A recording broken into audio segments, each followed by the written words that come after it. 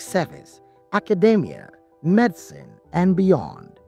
Conversation that transcends generations, offering guidance to youth leaders, diplomats, technocrats.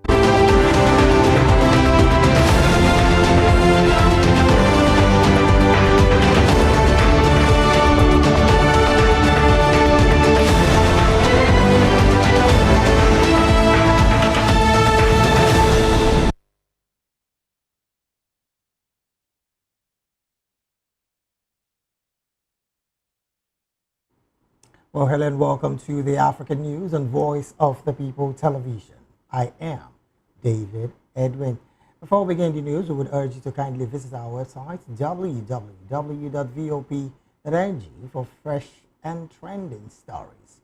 We'll begin the African News from the story where African Union and the United Nations officials have called for immediate action against rapidly expanding desertification and land degradation across Africa, warning the failure to act could result to ecological collapse and intensify climate-related disasters.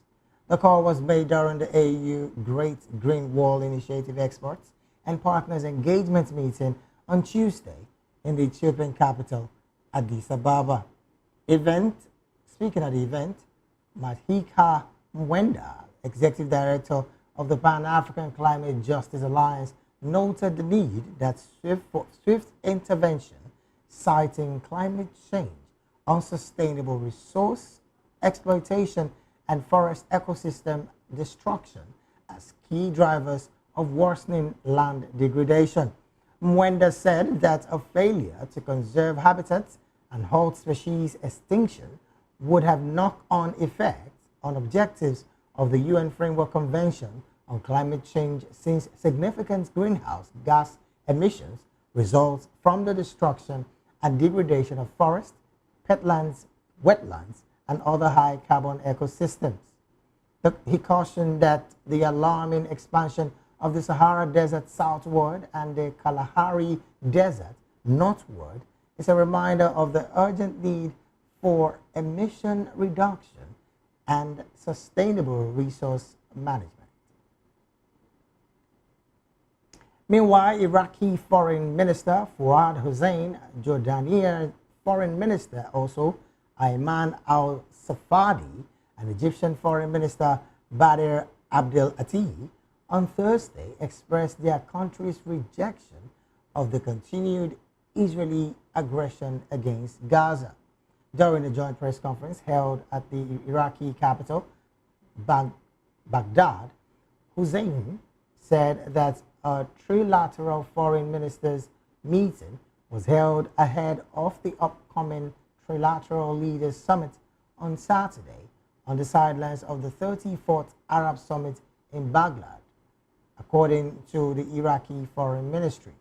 Hussein stated that the trilateral summit's final declaration has been studied and would be available early next week, highlighting the three countries' clear agreement, notably by the Palestinian issue.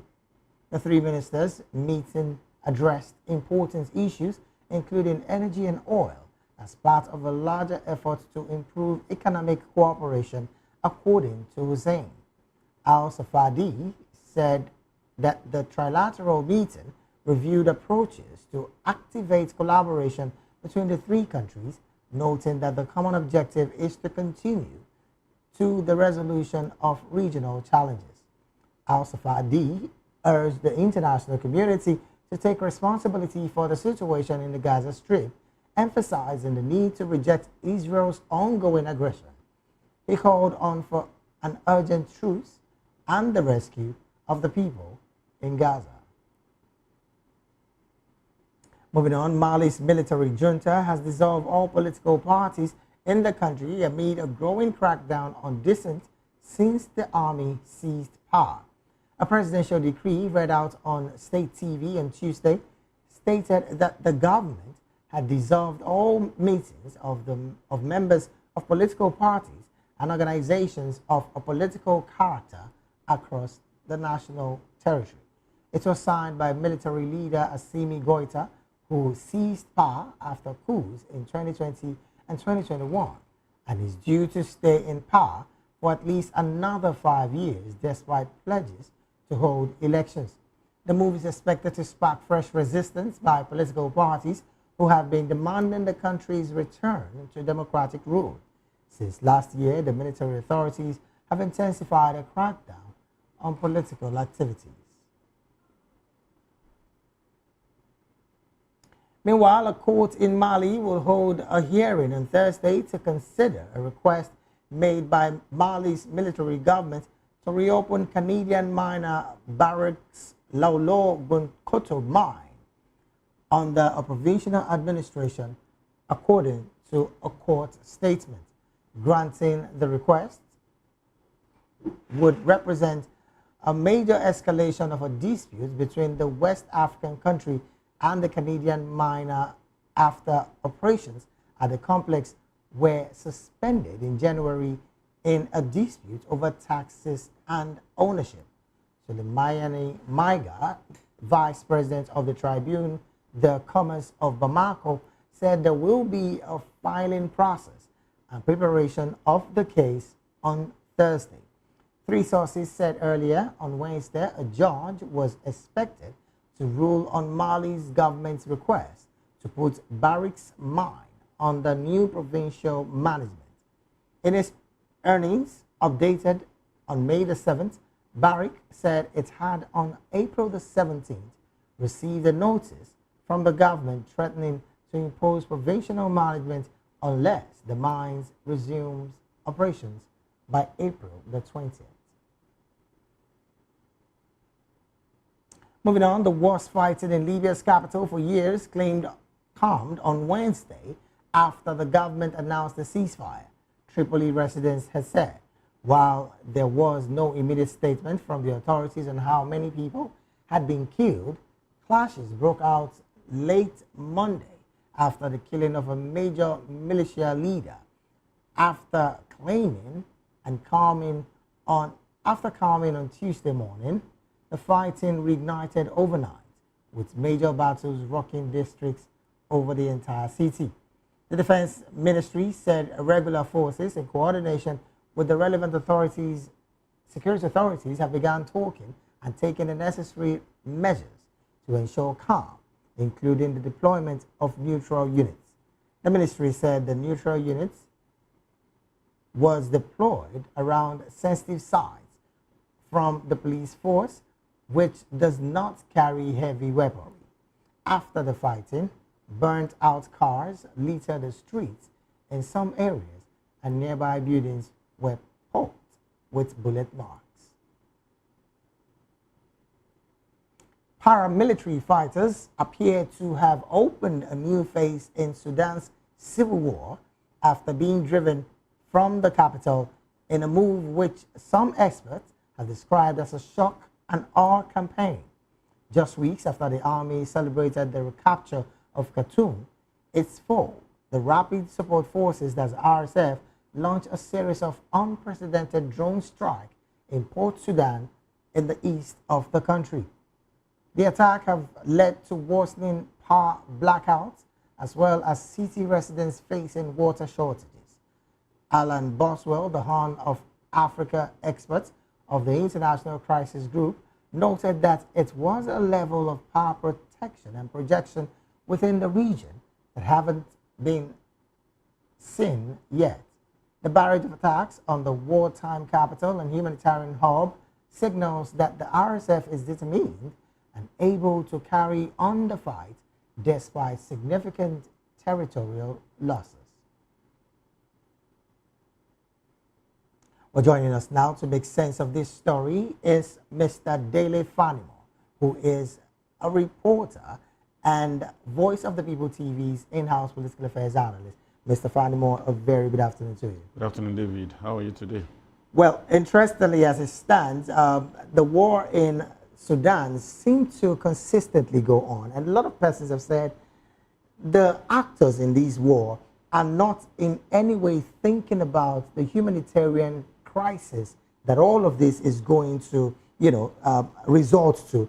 From your perspective, and of course from your point of view, do you think that in the near days, if this continues, Sudan, and of course South Sudan in a close-by nation would survive any of these attacks?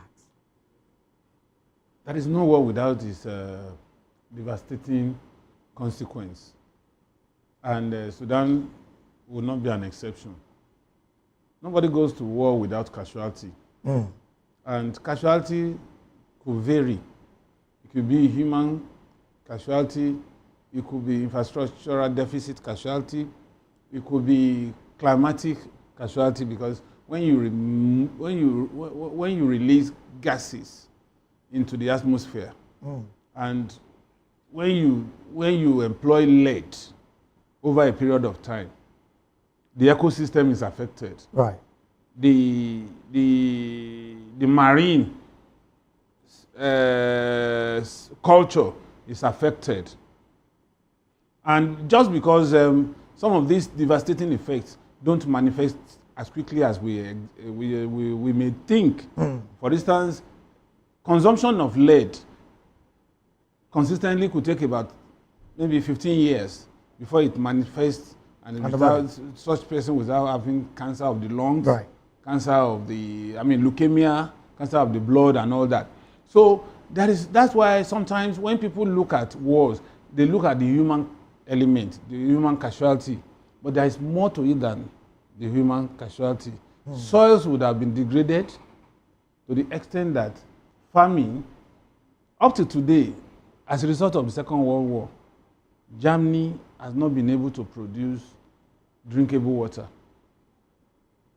You know? Right. And the war was almost a century ago. In the next 10 years or so, 39 to 45. Right. That was the Second World War. In 39 to 1945. So now we are still having the ripple effect. And that is an industrialized nation that is still grappling with a war that happened about 90 years ago. Okay. You know? So Sudan is a country that is just trying to find its feet.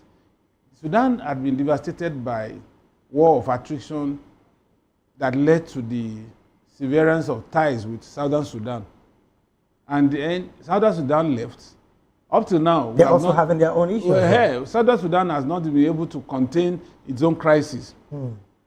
Now, the other country, Sudan, that they left, is still contending with war. Now, again, one wants to wonder, at a point where the army and, of course, Sudanese are celebrating the fact that they've recaptured Khartoum. There comes a drone airstrike from the paramilitary rapid support forces.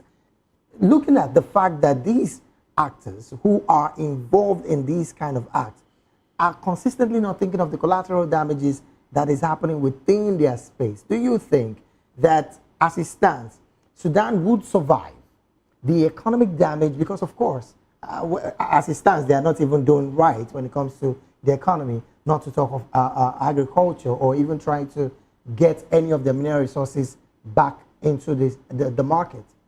Do you think that, as it stands right now, Sudan as a country would survive any of these collateral damages in the near future? And we're talking a space of 3-5 years, because this war has been ongoing.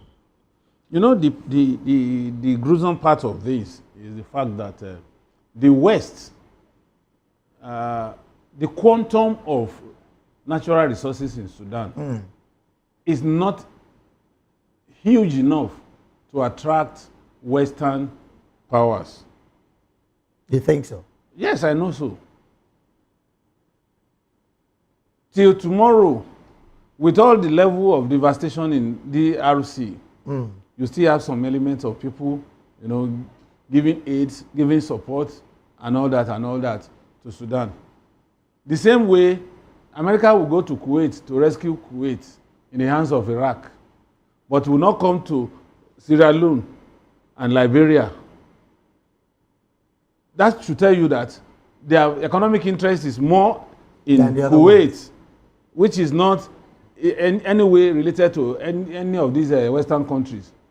So what we are saying essentially is that I think it is high time the gladiators in Sudan began to wind down for the sake of humanity, for the sake of their countrymen and women, and for the case of the ecosystem. That is being depleted over time. Yes.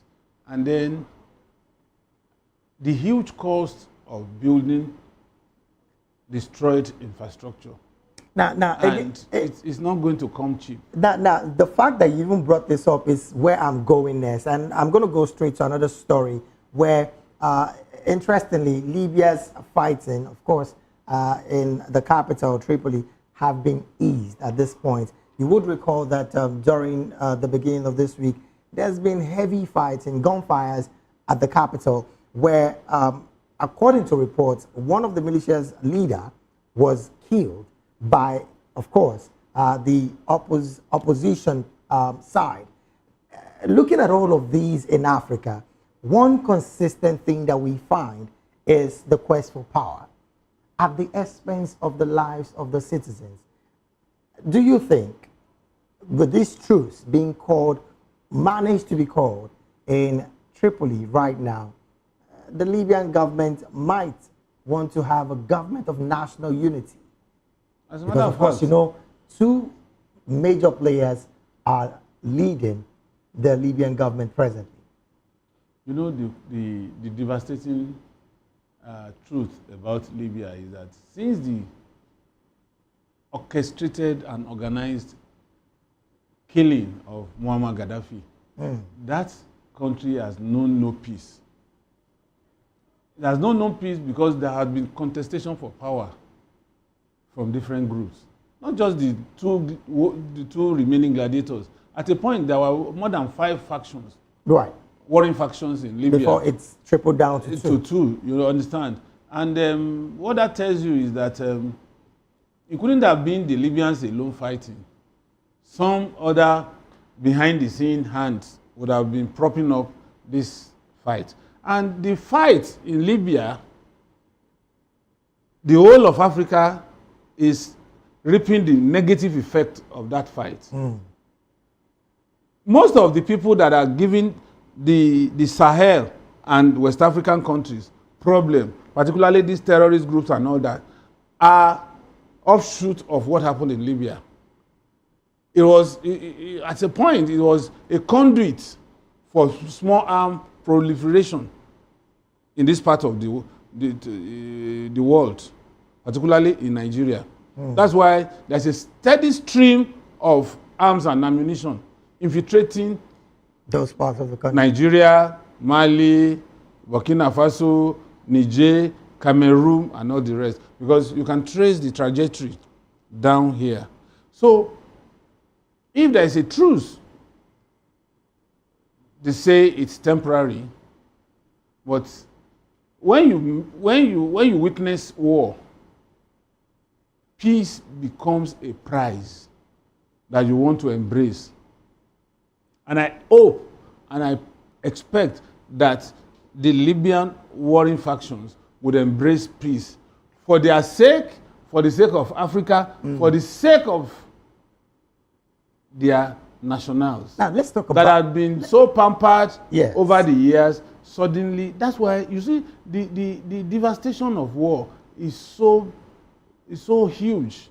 You imagine somebody who had been living in a palace suddenly becoming a refugee. I really, really wanted you to go into this particular part of this conversation because some quarters have said that the Libyan people at this point were not even ready for the devastation of what happened to them. Yes, of course. You see, despite the demonization of Gaddafi, do you know that as at the time Gaddafi had issues, Gaddafi had built housing in anticipation of population explosion 15 years ahead to his death.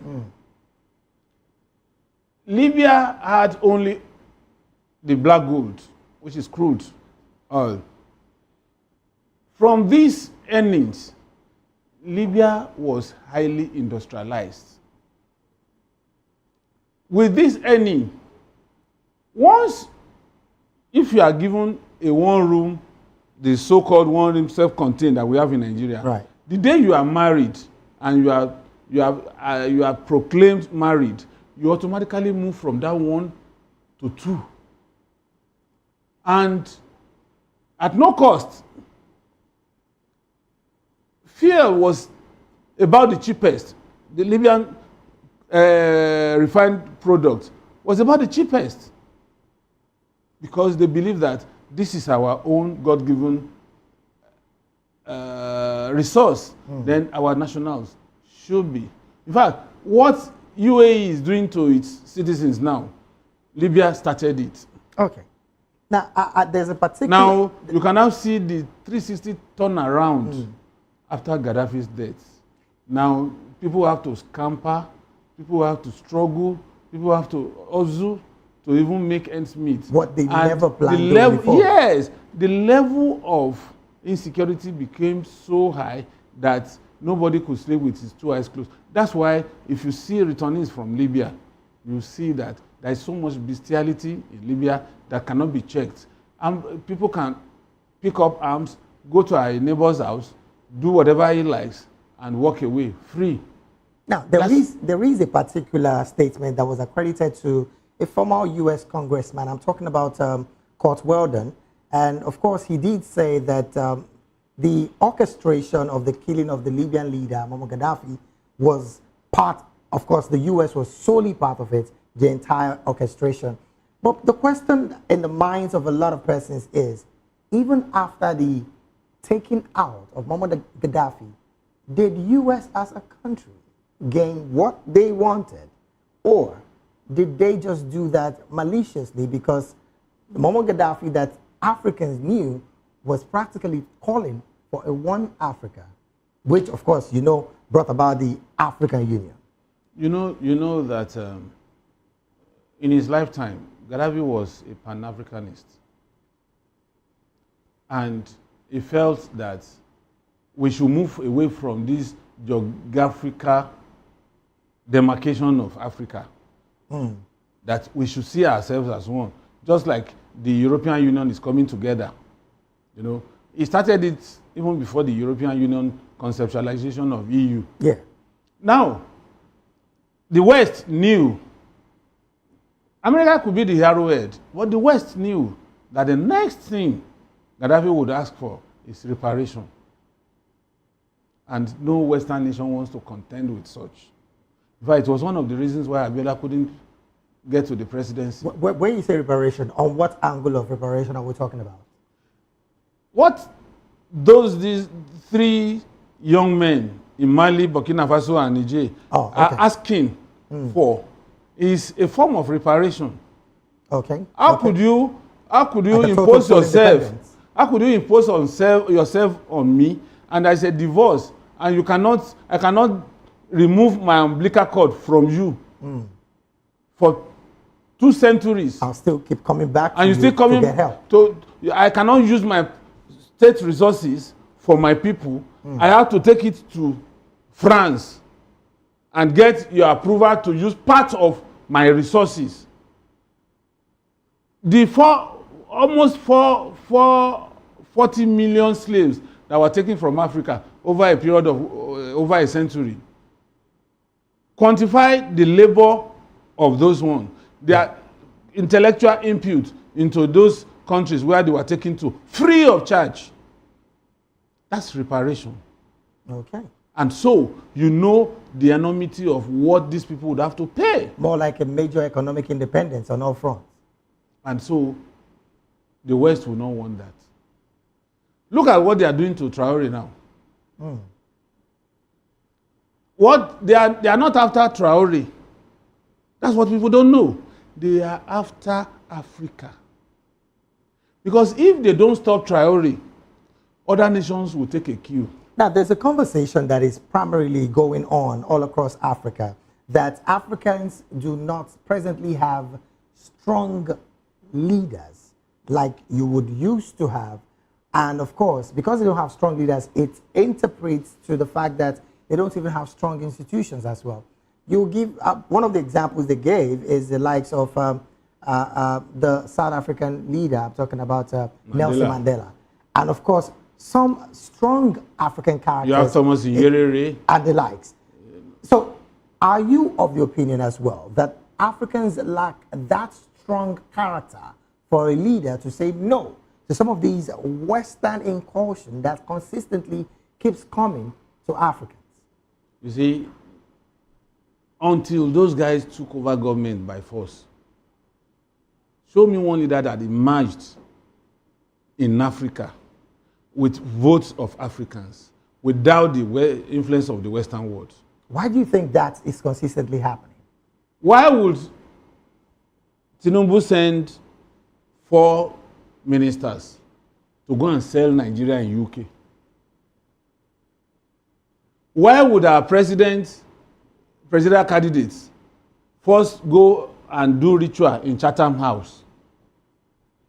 Those who are sitting in Chatham House to listen to them, to listen to their campaign, are they the ones voting? So all that you've mentioned, why do you think all of these consistently keep happening? It will happen because, you see, there are some multinationals in this country that they are called multinationals, but they are representatives of their own countries. And they play a major role in the emergence of African leaders. Companies like ExxonMobil, Shell, Chevron, and all that. Elf from France. Right. They have a role in all of this. That's why you see humongous spending during presidential election and money is not missing from the treasury. The money must have come from somewhere. So, for every president, there is a replica of Wike Fubara. Okay. So, from what you just said now, are you saying that Africans don't have that strong character anymore? Just a little tiny few here and there. Those who attempted it, the likes of Chinzano, the likes of Thomas Sankara, what did they end? You know the history. We don't have to bother ourselves repeating it here. The point is, we are so suffused and we are so tied down to the extent that we don't have a say who becomes our leader in Africa. Let's talk about the people. Let's move away from leadership. Let's talk about the people. As it stands, in Mali, the people are crying for transitional return back to democracy. And some quarters have said that those few people that are crying are being induced by some funding from the West.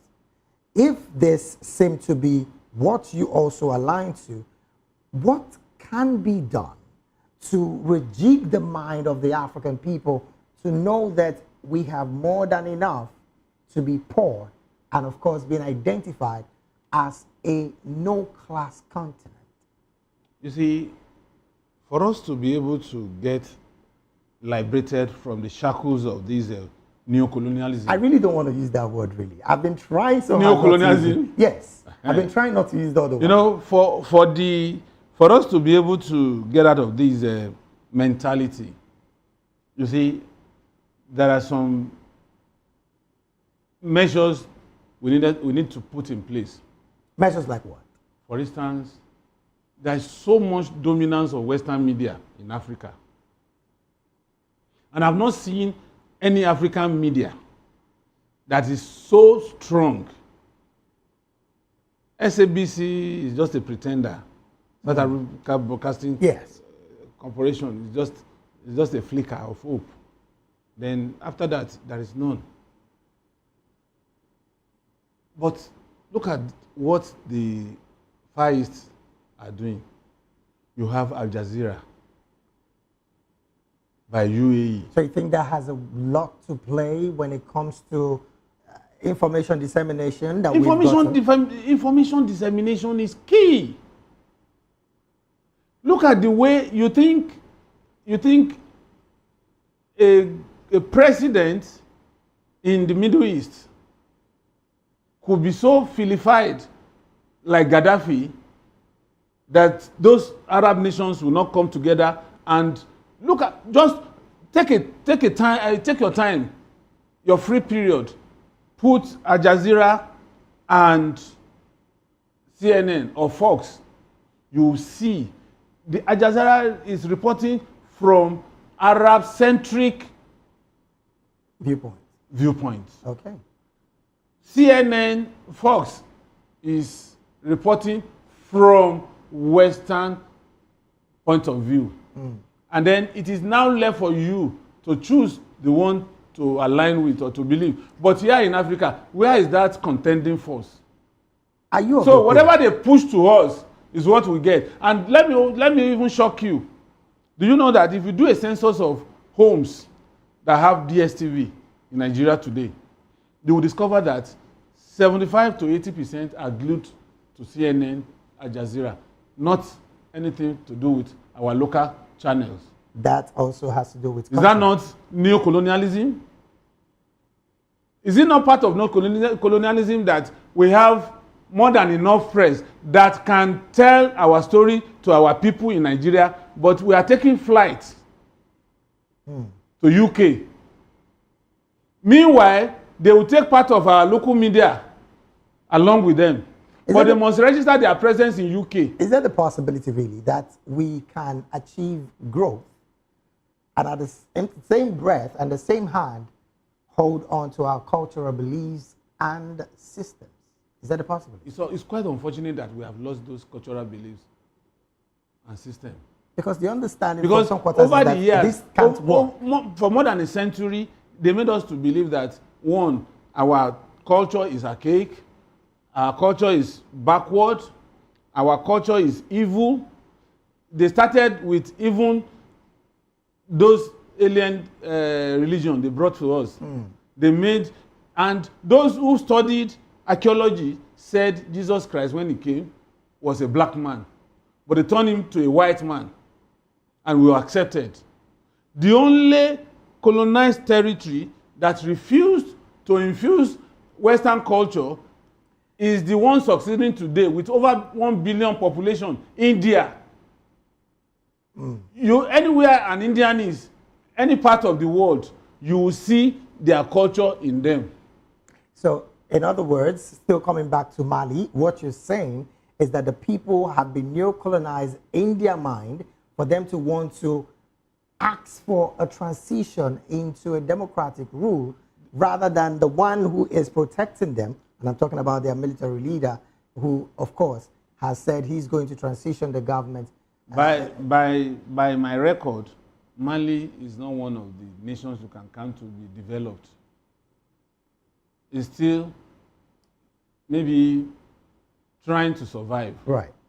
And poverty has been so endemic and weaponized in Africa that inducement can also precipitate what is happening in Mali. Oh, well, quite an unfortunate one, really, because I would love to have your opinion on some of the conversation here, but because of our time, really, That will never be on our side.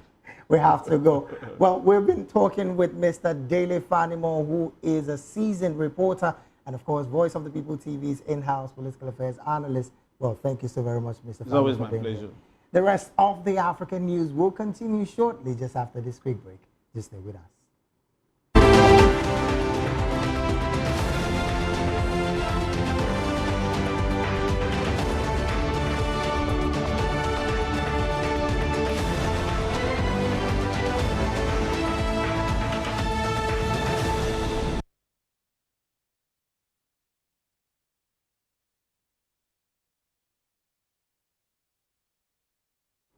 Glad to have you back. You're still watching the African News right here on Voice of the People television.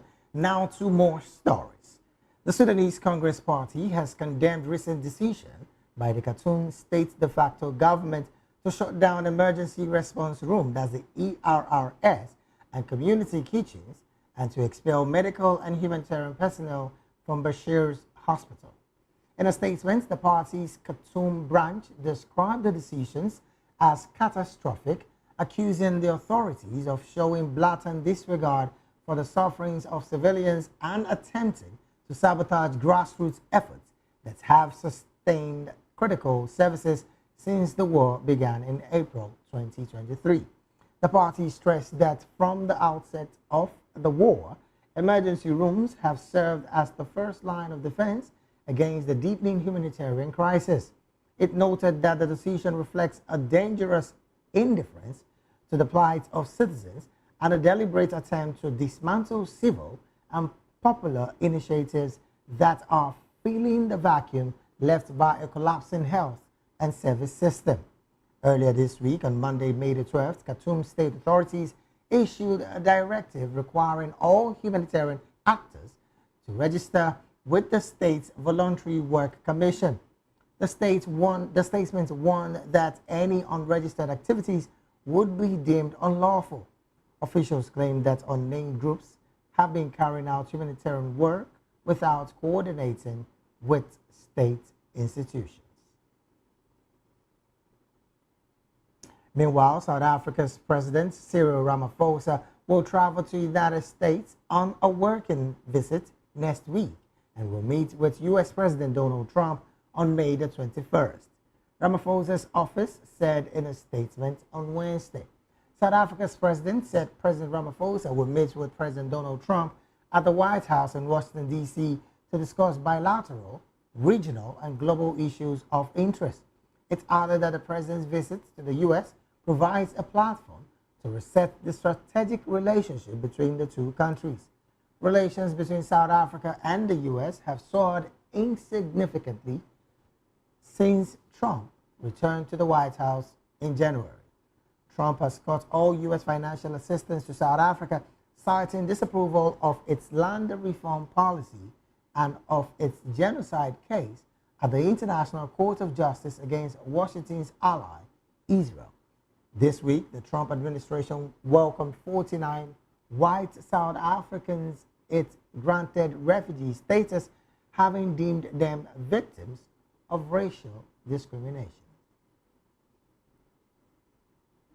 Meanwhile, Mali's $175 million loan program from the International Monetary Fund has been terminated after no review was completed over an 18-month period, the fund said late on Wednesday.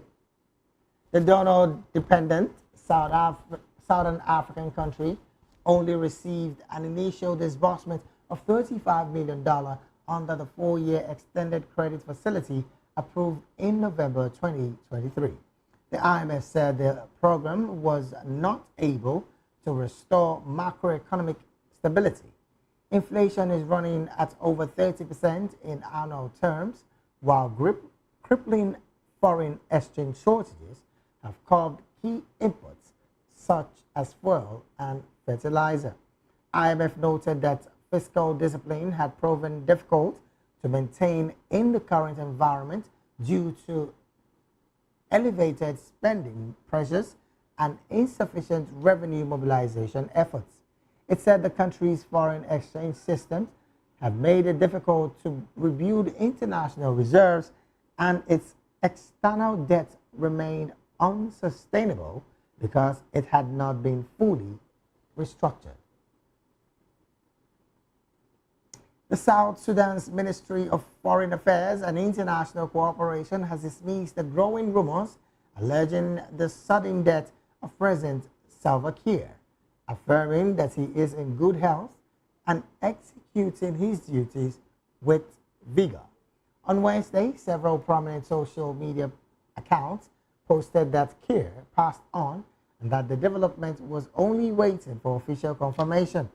In a statement released on Thursday, the revitalized transition government of national unity, called the claim false and malicious, adding that the president was in good health.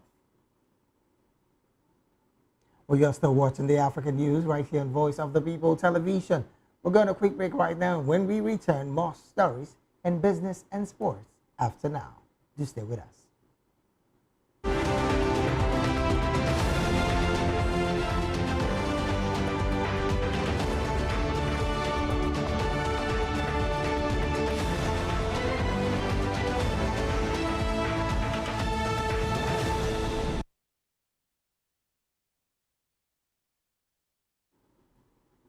Glad to have you back. It is still the African News right here on Voice of the People Television. Now to some business stories. Rwanda's central bank held its policy rate opened at 6.5% in a decision announced on Thursday. Governor Soraya Hakunze-Yarame told a press conference that the level of the central bank rate was adequate to keep inflation within the bank's target while continuing to support economic growth. She said inflation was projected to stay around 6.5% for the rest of the year and expected to decline to 3.9% in 2026. She, however, observed that risk to the outlook remained that they included risk in trade uncertainty and geopolitical tension. It was the third monetary policy meeting in a row the National Bank of Rwanda has kept the policy rate unchanged. Still talking business, South Africa has exported the first batch of avocados for the 2025 season to China, marking a significant milestone in the country's agricultural trade. The shipment arrived in Shanghai last week, strengthening South Africa's position as a global avocado supplier and making it the third African nation after Kenya and Tanzania to access the Chinese market. Agriculture Minister John Stilherson hailed the breakthrough, noting the economic benefits of expanding international markets. Stilherson said the early bird shipment to China was a testament to the hard work, innovation, and strategic foresight within the nation's avocado industry. South Africa's avocado industry has received strong backing from private sector investments, with companies like ZZ2, Core Fruits, and Mission Produce contributing to advanced packhouses, nurseries, and export expertise. And to wrap up the African news, we'll go straight talking sports. Orlando Pirates have confirmed a new interim coach after Jose Riverio was granted an early release from his contract. The 49-year-old was on the bench for the final game when the team played Golden Arrows on Tuesday evening. The Buccaneers emerged 3-0 victors to give the Spanish coach a perfect send-off. The club has confirmed that assistant coach Mandla McKenzie will take over as interim coach for the remainder of the season. According to the club, Kenkazi will be supported by head performance analyst Ryan Jacob and the rest of the club's technical and support staff. And still talking sports, former South African international Conor Hendricks has died aged 37 after suffering a heart attack. Hendricks, who scored 5 tries in 12 appearances for the Springbok, died on Wednesday. The winger made his Test debut for the Springbok against Wales in 2014, having also played sevens for his country. Hendrick was forced to retire from professional rugby 10 years ago after being diagnosed of a heart condition. However, after receiving a second medical opinion, he returned to action with Pretoria-based rugby side, Super Rugby side Bulls in 2019. He represented South Africa in rugby sevens between 2011 and 2014 and in selections for the Blitzboks for the 2012 Rugby World Cup Sevens and winning a gold medal at the 2014 Commonwealth Games. In total, he played 233 first-class matches in a career spanning 17 years. And with that sad sports story, we've come to the end of African news right here on Voice of the People, as aligned and gotten by Olaomi Ojo for Voice of the People Television. Do also subscribe to our YouTube channel. On YouTube, we're at Voice of the People TV, and on all other social media platforms, we are at VOP TV Live. Thank you so very much for being a part of this broadcast. I am David Edwin. Do have a good afternoon.